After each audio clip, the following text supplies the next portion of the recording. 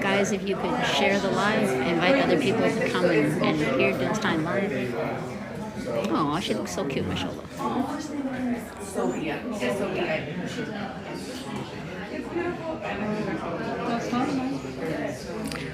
That's so beautiful. Look at that. Jill Stein in Tatheer. Dr. Jill, there's space over here. There you go. Okay, she's good.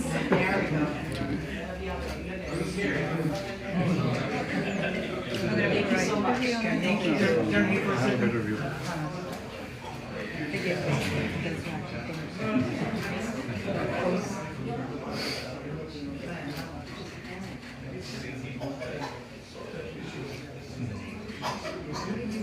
Hey Tariq, we're at a live fundraiser.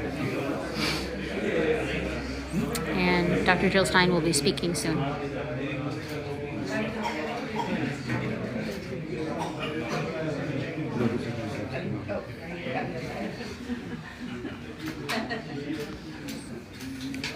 Mark, it's Zeba. Pleasure to finally meet you. Yes. Shall I save you a seat? I'll sit here. Okay, no problem. I have something that I want to show you when you're free, by the way. Okay. I have a huge printout of all the Green Party policies, and I've connected them by current events. It's been very useful for creating talking points, just in terms of like an activity that other influencers can do, like in order to formulate thoughts beyond just, you know. Are you part of that group that they created? I'm in the one for Butch Ware. I'm in the Puma group. I'm not. Yeah, Puma. Yeah, I'm in that one. But is it different idea? I don't know if anyone else is doing it. Like, we have a short amount of time. Hello everyone, thank you very much for coming here. This is Dr. Yeah, Ali sorry. Anwar, your host, and Sophia. Thank you very much. She's the powerhouse behind all the arrangements.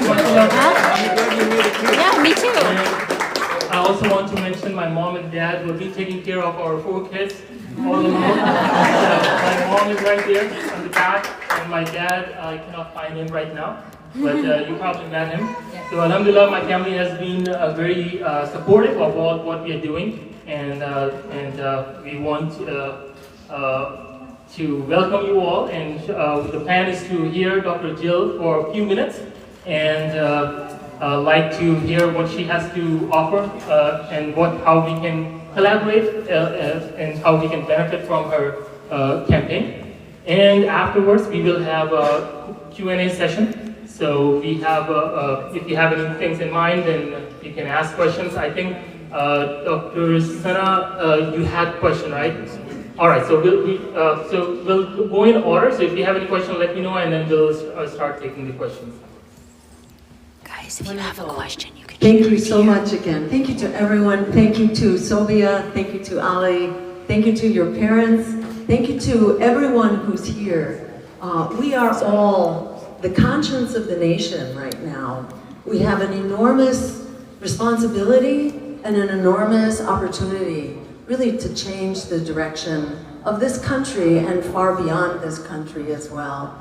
And first, I just want to say how grateful I am that all of you are standing up and mobilizing. The courage, the vision, the conviction of the Muslim American community is profound.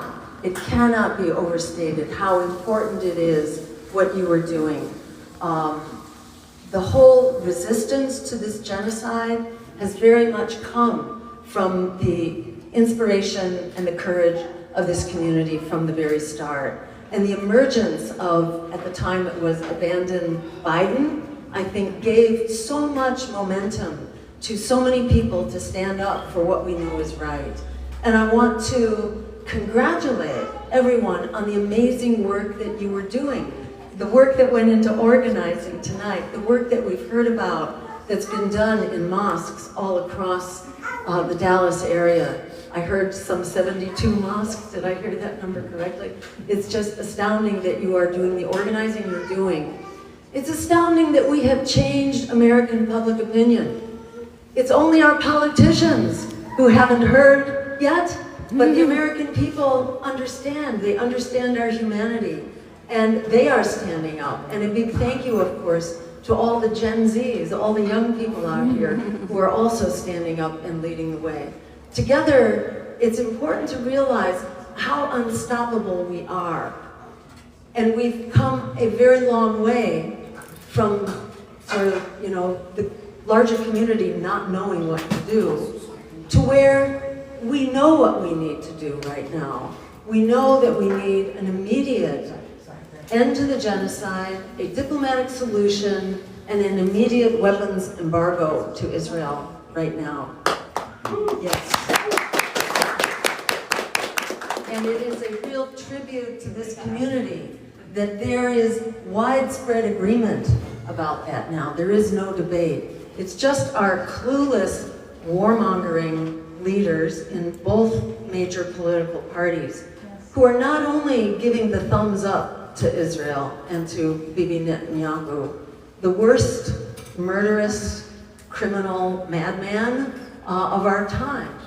And it's not only that we are giving the thumbs up to Israel, but we're also providing Israel with the money for its military, with 80% of the weapons with which it is committing genocide. We are providing the intelligence for its operations, its military operations, and we are also providing the diplomatic cover. So the blood is on our hands, and we do not consent. The American people do not consent.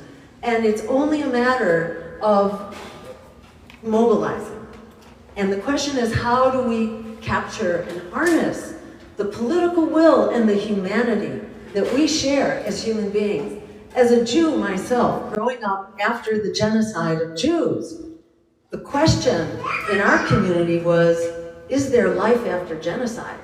And how do you find it? And how do you restore your faith in humanity? And the solution in my community to restoring faith in humanity was by ensuring that we would never allow genocide to happen again, not to anyone.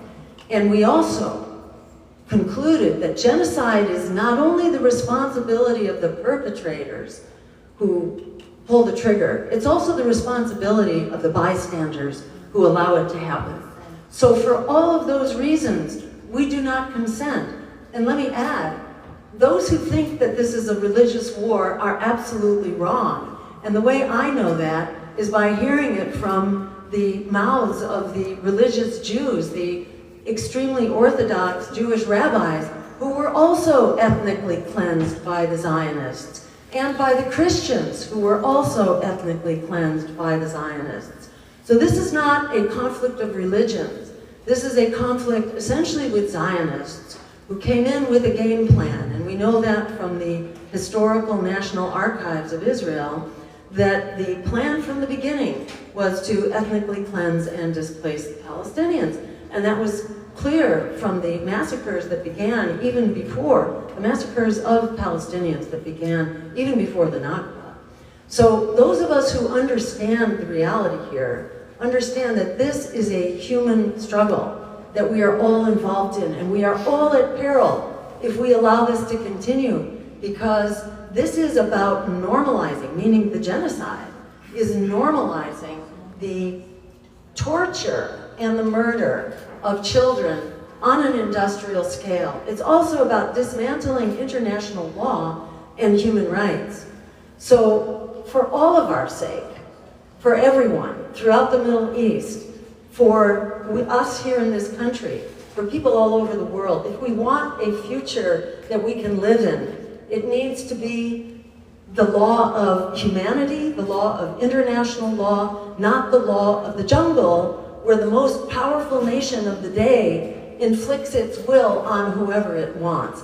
And for those who've been following US history for a while, and I grew up during the Vietnam War, where my colleagues and my brother and everyone was very much at risk for the draft, and we were seeing members of our generation sent over to Vietnam to die, and nobody knew what for.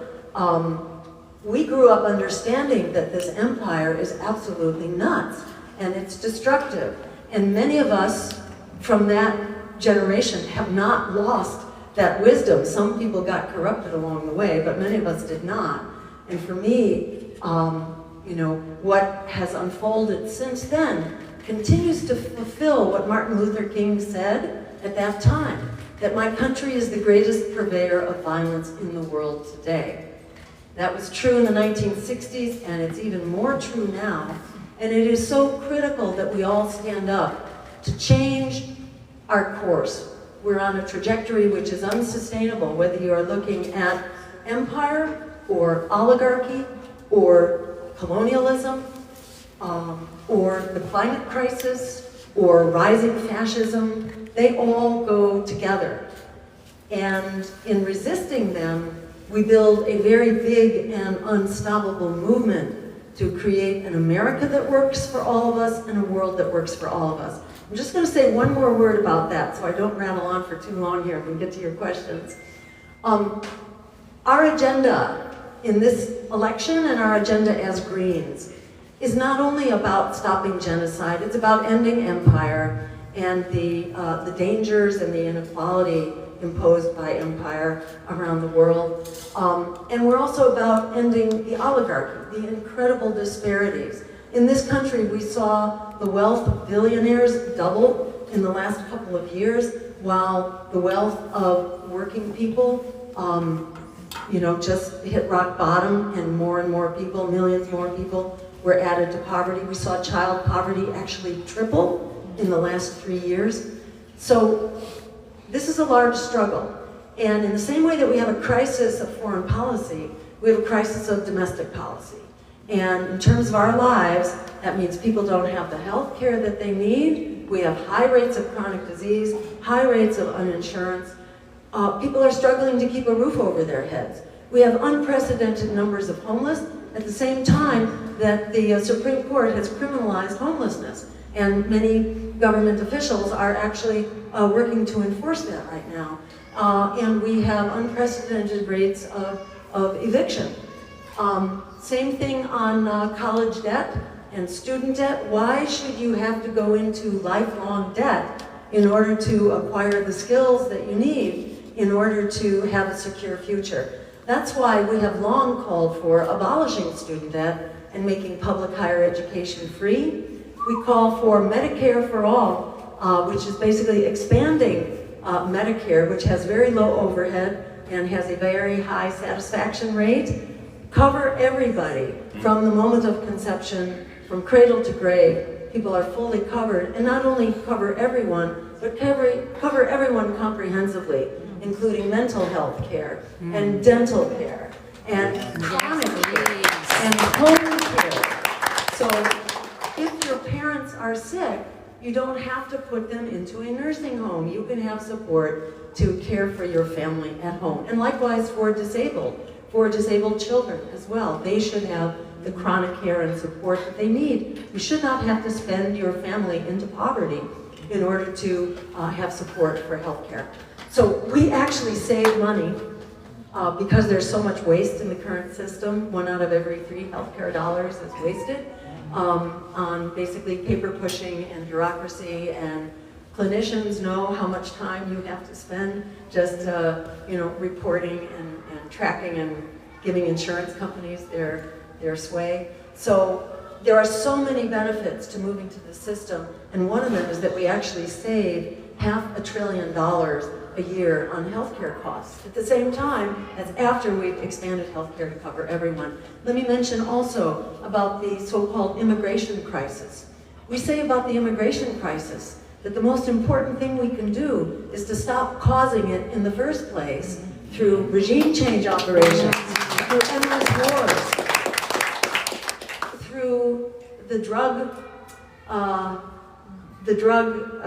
rules, which basically treat substance use as a criminal problem. We need to treat it as a public health problem. And by decriminalizing marijuana, for example, for starters, we pull the rug out from under the cartels and the violence of that industry, because they're profiting under the current system. We have to take the profits out of this, which we can do. In fact, on day 1, we can decriminalize marijuana, starting right then, and help decompress that violence that's pushing people out of the United States, south of the border.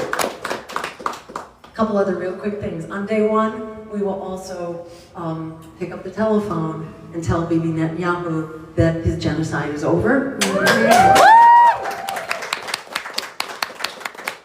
And that includes the occupation, the ethnic cleansing, and the apartheid state of Israel is over.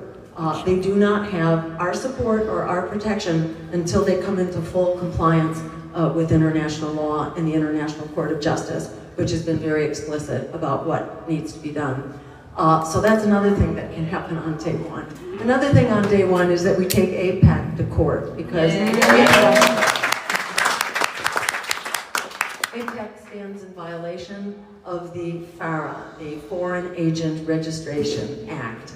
And that's a 15-year prison sentence right there. So we can fix that. And another thing we can do on day one is instruct our Department of Justice to also undertake an antitrust lawsuit against the corporatized media, so we can break up the big media conglomerates that are just busy with careerism and serving their big corporate funders and donors and owners, rather than actually serving the cause of the First Amendment, which is to truly inform, to be a watchdog rather than a lapdog to power, and to essentially empower us as American citizens to understand what's going on, so that we can exercise the power of our democracy.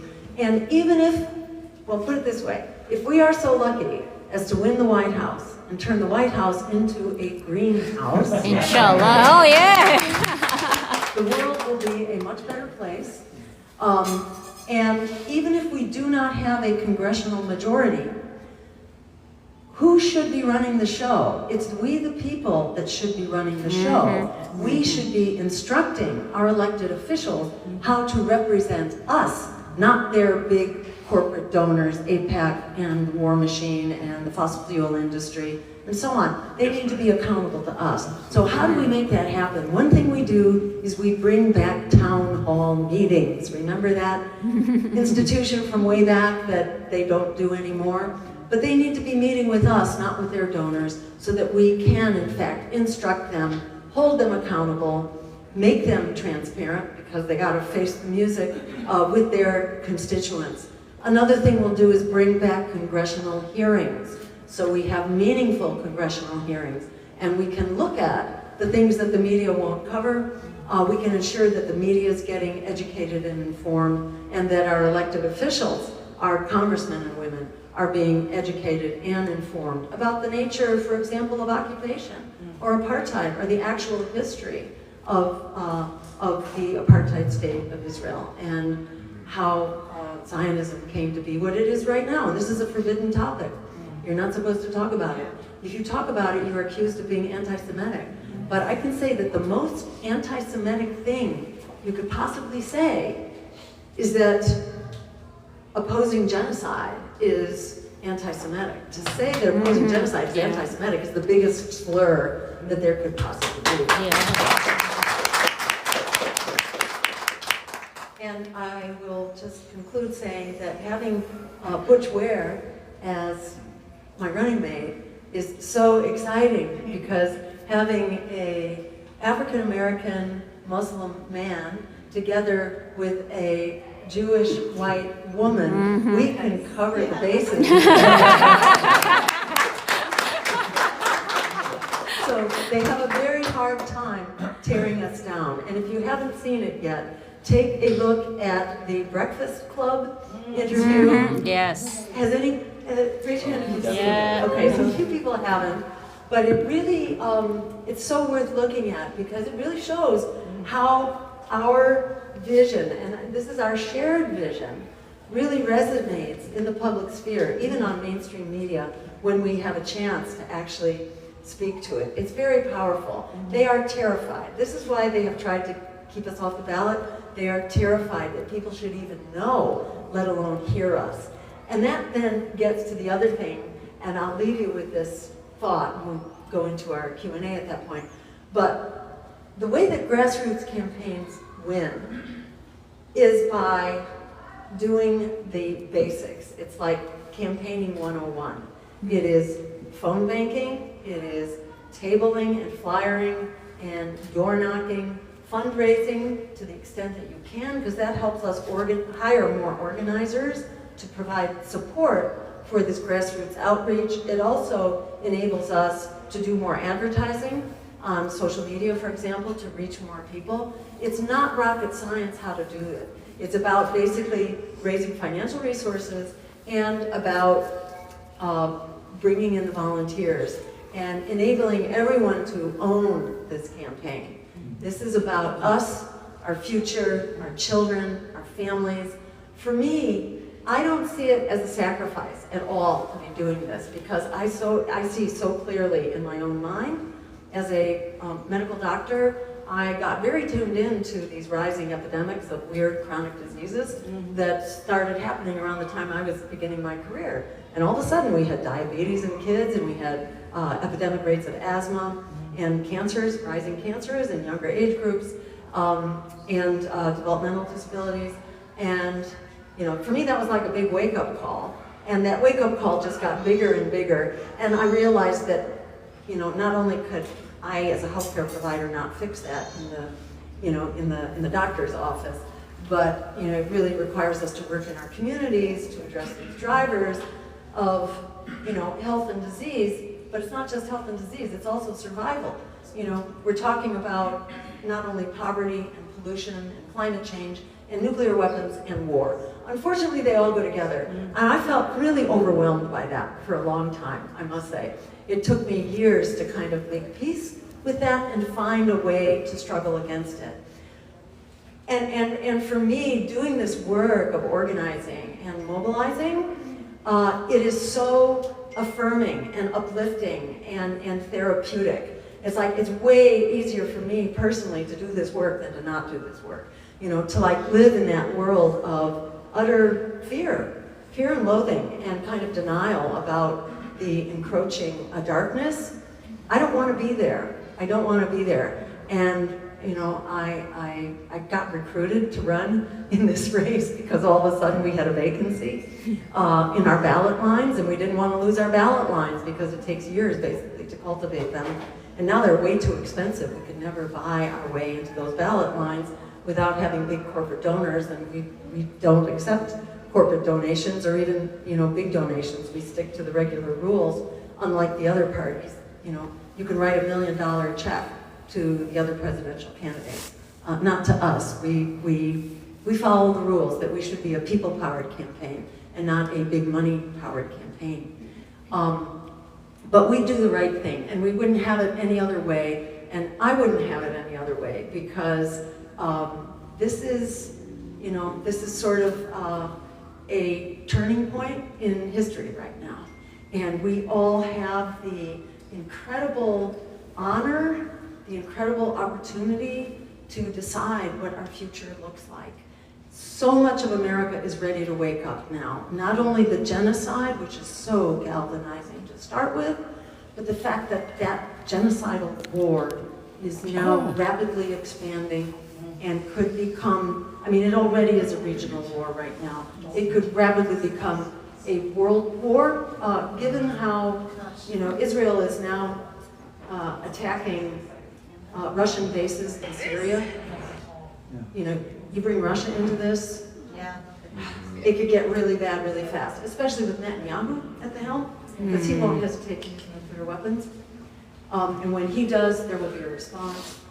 So it's gotten every bit as complicated as many of us thought that it would, and have been trying to sound the alarm about for a long time.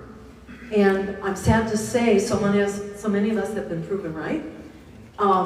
And so we've had quite a bit of time to think about this, and to help develop colleagues and allies and strategies about how we deal with this. And it's not rocket science. Number one is stop the genocide. We need international law and human rights. We need diplomacy rather than war and militarism. And we may need a massive economic boycott against Israel. That's what's going to bring down the war machine in Israel.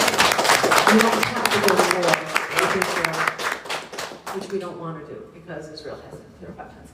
But the economic boycott will do everything. And they cannot fight that with a nuclear weapon. And the world is really beginning, I mean, that economic boycott is actually well underway.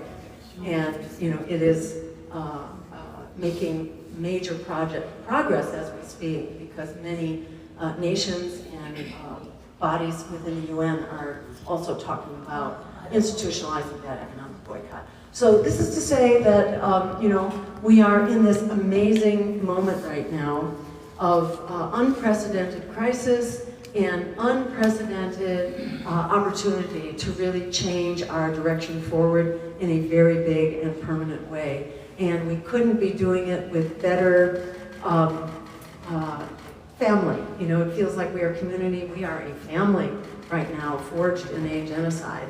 We are a human family, understanding our humanity, which unites us and which makes us absolutely unstoppable together. So thank you so very much for your wisdom and courage that has brought us here, and I look forward to what's to come. Thank you, Dr. Jill. So a couple of announcements. So we will. So here we are listening to Dr. Jill. Tomorrow is the day of action. So number one announcement is that we will have a liberation rally, Grassy Knoll, downtown Dallas at 12 p.m. So that's the call to action. We put our words into action tomorrow, and by showing coming out in support of the people who are being persecuted. So Dr. Jill Stein will be addressing the rally. So everybody, please make sure that you are at downtown Dallas Grassy Knoll for the liberation protest. That's one thing. Number two, we have UTD event, University of Texas Dallas. The MSA students have organized in collaboration with Care Action Texas. There will be a presidential forum, presidential candidate forum, and in which Dr. Jill Stein will again be speaking, as well as there will be an interview format, and she'll be taking more questions from the audience. So that's very important that everybody shows up. If you're not able to make it, then perhaps at least 4 people go and attend tomorrow's event. So with that being said, so we'll take, the time format would be that we'll take maybe 15 minutes of questions, and then we'll spend maybe 10 to 15 minutes taking pictures, because I believe that for any successful campaign, social media is powerful, and as many pictures are floating in Google, it captures their algorithm. So you take pictures, upload, and that helps build the momentum in the campaign. So we'll allow time. I know that everybody here came specifically for taking pictures with Jill Stein, so we'll allow enough time. So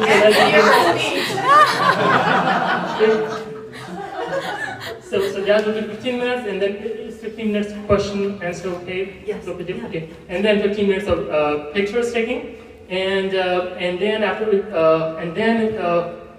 we will conclude this event, and Dr. Jill will have a meeting with Imam Tom Fitching here. So he's here, and he requested a personal meeting with you. So inshallah we'll provide him some time. Hey, Dr. Imam. Assalamu alaikum, Imam. Hello, assalamu alaikum.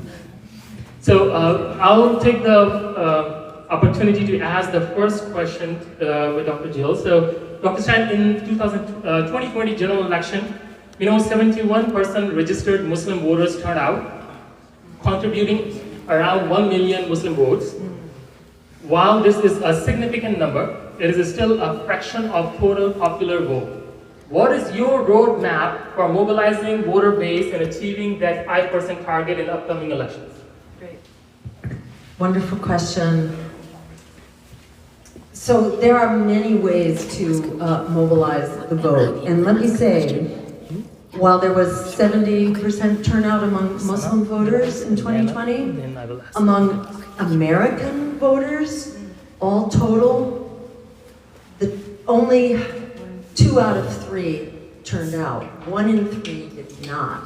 So 30% of American eligible voters did not vote in 2020, and those voters tend to be younger, lower income, and of color. So in other words, people who are marginalized and largely being thrown under the bus. So why would they not come out to vote for a Democrat and a Republican? Well, for obvious reasons. And this is exactly who we want to reach out to. And our campaign has been very much constructed to be reaching out to those communities, in particular to African Americans, to youth, to Hispanic Americans. We just came up from a couple days on the border in McAllen and Brownsville, where we had a fabulous reception and have very, very strong support. We even had good coverage from their media, if you could believe it. So, because we don't usually get a warm reception from mainstream media, but you know, along the border, people are so alienated from the Democrats. I mean, this is the perfect storm for mobilizing people and for political transition. In the last election, we had somewhere around 1% of the vote. That was like in the 2016 race, we had 1%. And what, you know, our approach at this point, which is all about grassroots outreach, which is the most powerful way to actually mobilize voters. Where we are in particular reaching out to the communities that are currently not registered and can be, and we are doing that through, in particular, the African American community, and we are working with networks of former gangs, actually, who are now very involved in youth mentoring and providing alternatives for disadvantaged youth. So these are vast networks all across the country, especially in large urban centers. So that is very much part of the plan. The plan is also, you know, through social media, and the plan is to keep trying for these breakthrough moments and through breakthrough media, like the Breakfast Club. And if you read the comments on the Breakfast Club, over and over and over, it's so many people, and this is like one of the major media things for the African American community and younger voters. What they say is that they weren't going to vote in this election, but now they're going out to register green and to vote for Bilal and myself. And we're seeing this over and over again. There's another gold mine, which is the youth, Gen Zs, and campus protests, because youth have felt so betrayed and desperate. It's hard to win back their confidence, but we are beginning to see leadership within that community start to say that they trust our campaign, that they've seen enough of us, they know us. So, you know, it's like you can smell a rat among politicians, you can also smell, and I don't consider myself a politician, I'm an anti-politician, actually. And people can smell that too. You know, so our hope is that by continued networking, and by the students themselves carrying out the message, like your wonderful, beautiful daughter, who I met earlier tonight, that these become the messengers themselves. And when students hear that, oh my God, I could have my student loans canceled, and I could have free public higher education, and I could have nationwide rent control so that my community is not being gentrified and I still have a place to live, and that we are investing in building a massive amount of public housing, high quality public housing, you know, and that there will be rent units available for rent and support, also for sales, and that we'll have healthcare as a human right. You know, it's like this is exactly what young people want to hear. So I feel like in some sense there's a lot we can do, but there's also a lot that's out of our hands. There's a lot that just seems to be happening because it's time for it to happen. And it's time for the answer to genocide to stand up and to shut it down and to use every means possible to do that. So our hope is that we're going to see resonance all over the country. We'll take 2 questions. Dr. Sayed, you want to ask a question? And then Zeba, you want to ask a question? Yeah, you can go ahead. Where? Just talk? Yeah. Okay. Yeah.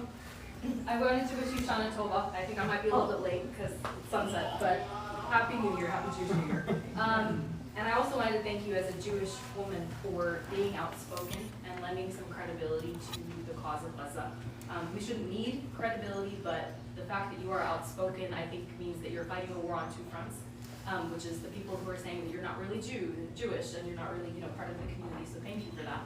Also for the fact that you are a physician and you have firsthand experience as upon the healthcare system, and that your philosophy is data-driven and diagnosis-driven. because I think there are a lot of parallels between medicine and the social condition. I myself was a Democrat, and I think that the genocide woke a lot of us up. And while it's a major issue, it was the catalyst for us looking for something other than duopoly. For me personally, and I think for a lot of people with faith, we've realized that the Green Party has a lot to offer us, not just as a faith community, but as a community of conscience. So lifting people up who are the weakest links, taking care of the planet, condemning offensive wars, oppression. And when people in power are cornered, nobody's gonna fight something that they don't perceive to be a threat, and you are clearly a threat. And so one of the questions that we've gotten from Democrats is that they claim the Green Party is not serious about stopping the genocide of Palestinians, and is instead playing with the sentiments of Muslims, because it's a huge issue for us.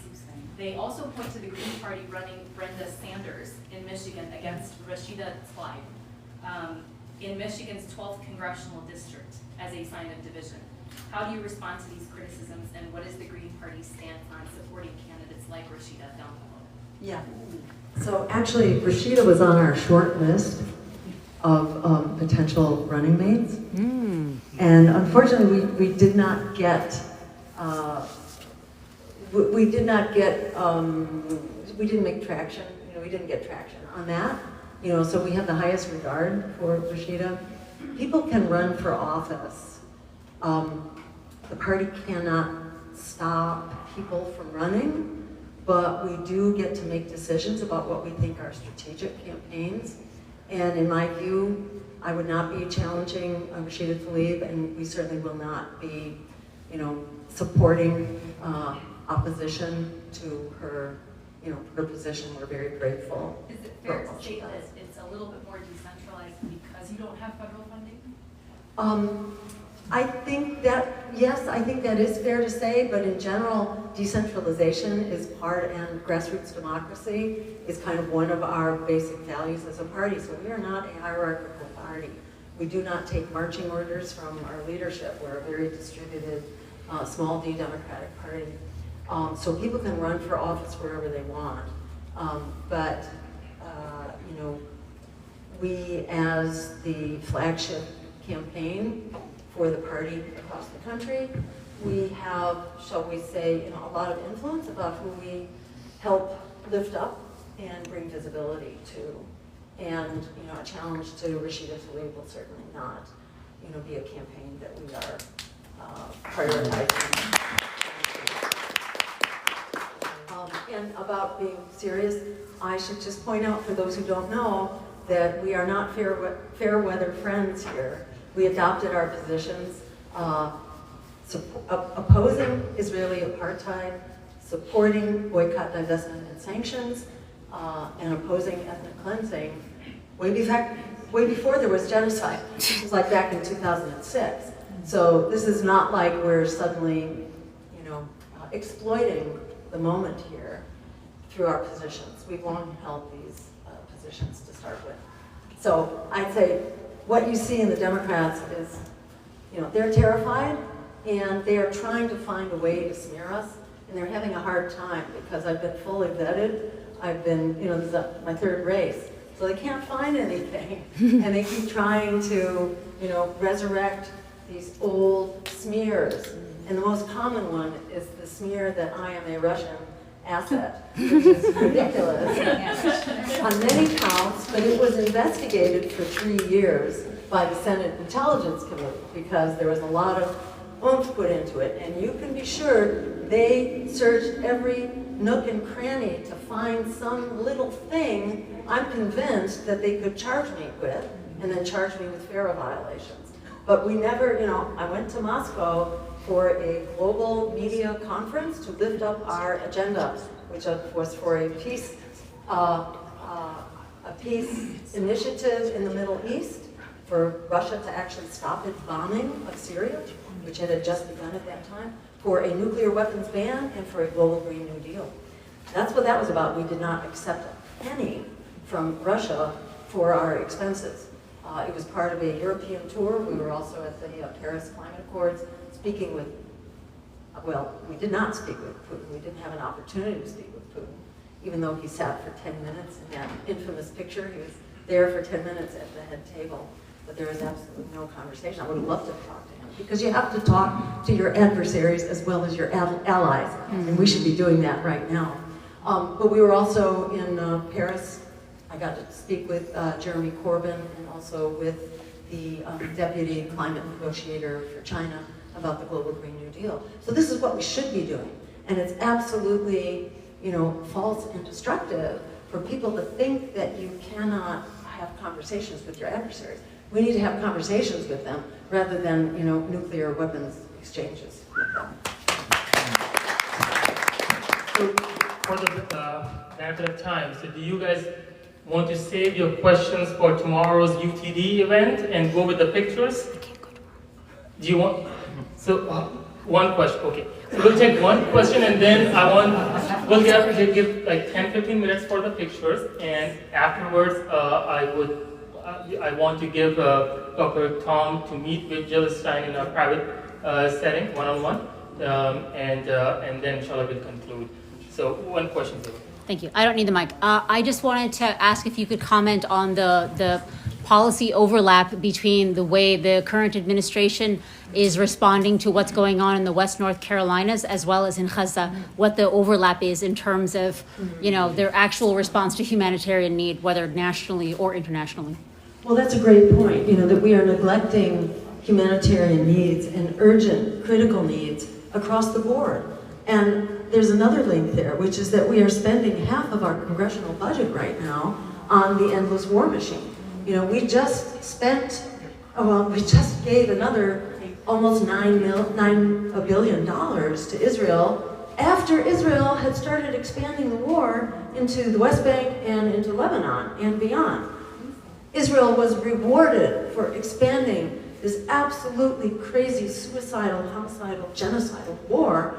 It got rewarded $9 billion. Well, that money should have been, there for those who need it here in this country, not only for natural disasters, but also for just basic healthcare and housing and, economic development and the climate crisis here, which is another point, that what's happening in North Carolina, that, this is like the third worst storm ever recorded, some 215 people killed and hundreds still missing. This was a horrific storm, but it's not as though this came out of nowhere. This is exactly what we know is happening, and yet Democrats as well as Republicans are continuing to jack up our fossil fuel expenditures. And even while the Democrats claim to be solving the problem, they are not solving the problem. They are externalizing our emissions so that they can claim that they have reductions. But in fact, under Joe Biden, there are 22 new liquid natural gas export facilities being built. Some of them were started under Trump, but the majority were started under Biden. And he had to approve them through FERC, which gives permission to federal energy facilities. So these are on their hands. And what do those 22 new LNG plants do? They reverse all progress on emissions reduction. They reverse all progress that we have made since the year 2005. And this is based on a study by the Sierra Club. So it's, they are not moving us forward. They're crunching the numbers, There's a saying, there's lies, damn lies, and statistics. So this is one of those statistics that's just crunched to make it look like Democrats are making progress. It's like under Barack Obama. What he said was, oh, it's all of the above. We're going to have green energy and more fossil fuels. Well, unfortunately, nature doesn't care about green energy. People care, but nature doesn't. So it actually doesn't help the climate one bit. You have to phase out the fossil fuels. And what really counts from what Barack Obama did and what from Joe Biden has done is that they have massively expanded fossil fuel production, both of them. So, it's like Malcolm X had this saying about how there's the wolf that is not your friend, and then there's the fox, which is smiling, and you think they're being friendly, but the fox is smiling because you are his next meal. And, the Democrats are the foxes, and they know how to say stuff, like about immigrants, Forever, the Democrats have been saying that they're friends to immigrants, but now they're adopting policies that are every bit as bad, and in fact, it has been the Democrats it was Obama and Biden who were really the deporters in chief. And Biden actually deported 2 to 3 times as many, migrants as Donald Trump did. So you can't believe what they say about the climate as well. And we can do this right. We can cut the military budget. We can declare a climate emergency, which is another day one action. By declaring a climate emergency, we actually unleash over $500 billion in funding every year to begin that emergency transition and to actually phase out fossil fuels over the course of the next 10 years. We can do that. Thank you for your question. So what we're gonna do is move the chairs here, and Imam Tom and Mark and Barno can have some time in the room. I will begin, make a queue starting from here, and we'll spend 10-15 minutes taking pictures. If you can make a queue and help yourself move the chairs on the sides, and I'm at the front of the queue. Shella and Zeva. Yes. So they are the photographers. So before we get to any other picture, I think it's important that Shella and Zeva, you two take the pictures. Okay. Thank you. Bye, guys. Yeah, I got a picture too. All right, guys, I gotta go. I need my phone. We've got 108 people here watching. Oh, wonderful. Yeah, we've got the Green parties from different states that are tuning in. Guys, do you want to wave to Jill Stein before we go offline? Peace sign. And look at her beautiful tatris. It's gorgeous. It is gorgeous. All right, guys, we're gonna go offline now. Thank you so much for hanging out with us, y'all. Bye-bye. Thanks. There you go. All right, we're gonna end.